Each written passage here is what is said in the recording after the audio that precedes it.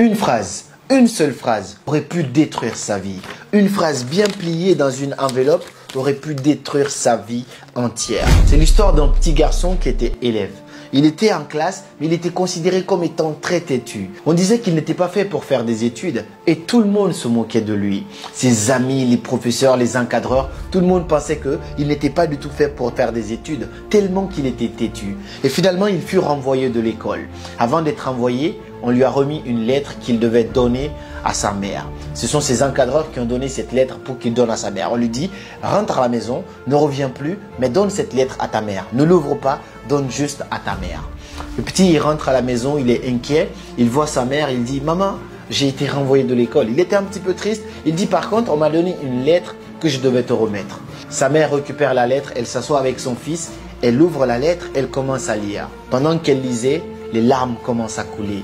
Elle pleure, elle pleure. Et le petit garçon, il est inquiet, il dit, mais maman, mais qu'est-ce qui se passe? Pourquoi tu pleures? Il dit, non mon fils, ne t'inquiète pas. Sur cette lettre, il est écrit que tu es beaucoup trop intelligent pour cette classe et finalement, tu n'as pas ta place dans cette école. Donc, tu vas devoir continuer à étudier à la maison, mais ne t'inquiète pas, je serai là pour toi. Donc, il a fait comprendre au petit que le petit était un génie, mais qu'il était trop fort pour cette classe. Il fallait que lui, il fasse ses études à la maison. La dame a bien encadré son enfant. Elle lui a mis tout à sa disposition pour que l'enfant puisse faire ce qu'il voulait. Quelques années plus tard, le monde entier, le système éducatif ne savait pas qu'il venait de mettre à la porte l'un des plus grands inventeurs de l'histoire de l'humanité, qu'on appelle Thomas Edison. Thomas Edison fut l'un des plus grands inventeurs qui inventa l'ampoule électrique et plusieurs autres inventions.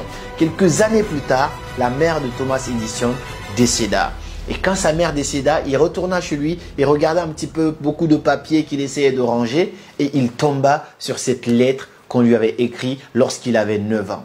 Il prit cette lettre, il l'ouvrit finalement pour lire, pour voir qu'est-ce qui était vraiment écrit là-dedans. Et malheureusement, il était écrit dans cette lettre que votre enfant est trop têtu, il est déficient, il n'est pas fait pour faire des études. Malheureusement, nous ne pouvons pas le garder dans notre classe et vous devez le garder chez vous. Thomas Edison lut cette lettre et commença à pleurer. Il pleura pendant des heures et des heures. Il était choqué et finalement, il retourna cette lettre et écrit au dos, Thomas Edison était un enfant têtu et déficient, mais grâce à une mère héroïque, il devint l'un des plus grands inventeurs de l'histoire de l'humanité.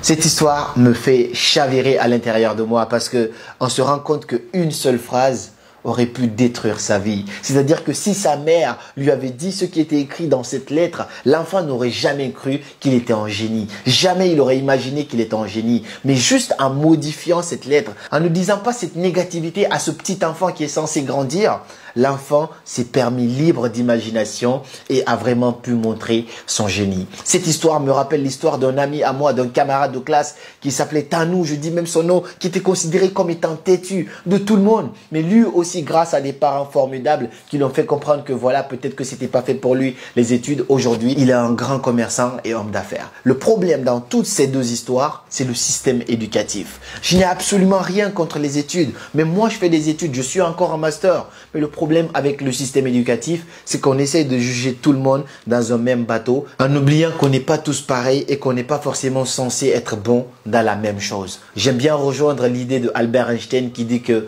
tout le monde est un génie. Mais si vous jugez un poisson par sa capacité à grimper un arbre, il va croire toute sa vie qu'il est stupide. Mets-le dans l'eau et tu verras de quoi il est capable. Alors tout le monde est un génie. Lorsque tu prends Lionel Messi, son parcours scolaire, on ne sait pas, on n'en a même pas entendu parler. Il était peut-être pas du tout bon en classe, mais mets-le sur le terrain de foot, passe-lui la balle et vois à quel point il est incroyable. Les Sadio Mané, donne-lui la balle et vois à quel point il peut te montrer qu'il est un génie. Là, je te parle des footballeurs, je peux te parler des Pablo Picasso, je peux te parler des Boubou Design, je peux te parler des Kabila Mé. Chacun a son génie dans un domaine différent.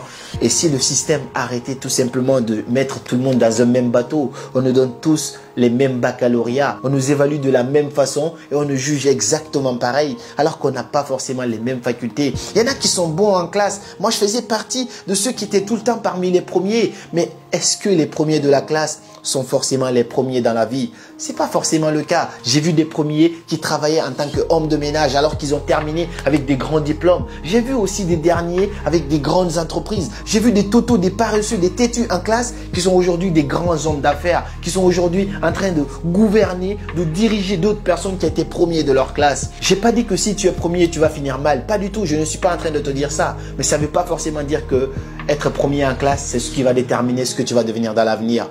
Si le système éducatif arrêtait tout simplement de traiter les gens de têtus, de juger les gens, de mettre de la négativité dans la tête des gens et comprendre qu'on n'est pas tous censés être bons dans la même chose. Aujourd'hui, le système éducatif pousse tellement de gens en dépression. D'après une enquête réalisée par une université privée à Rennes, en France ici, 60% des étudiants présentaient des signes de dépression, des petits signes de dépression. Le système éducatif met de la pression. Vous devez rendre ça tant. Si tu n'es pas bon dans ça, on écrit déficient, défaillant, t'es pas assez bon, nul, doit se revoir, a des problèmes psychologiques. Mais non! T'as pas forcément un problème psychologique. Peut-être que là, c'est pas ton truc. Mais peut-être que le dessin, c'est ton truc. Peut-être que la musique, c'est ton truc. Peut-être que le foot, c'est ton truc. Peut-être que les réseaux sociaux, c'est ton truc.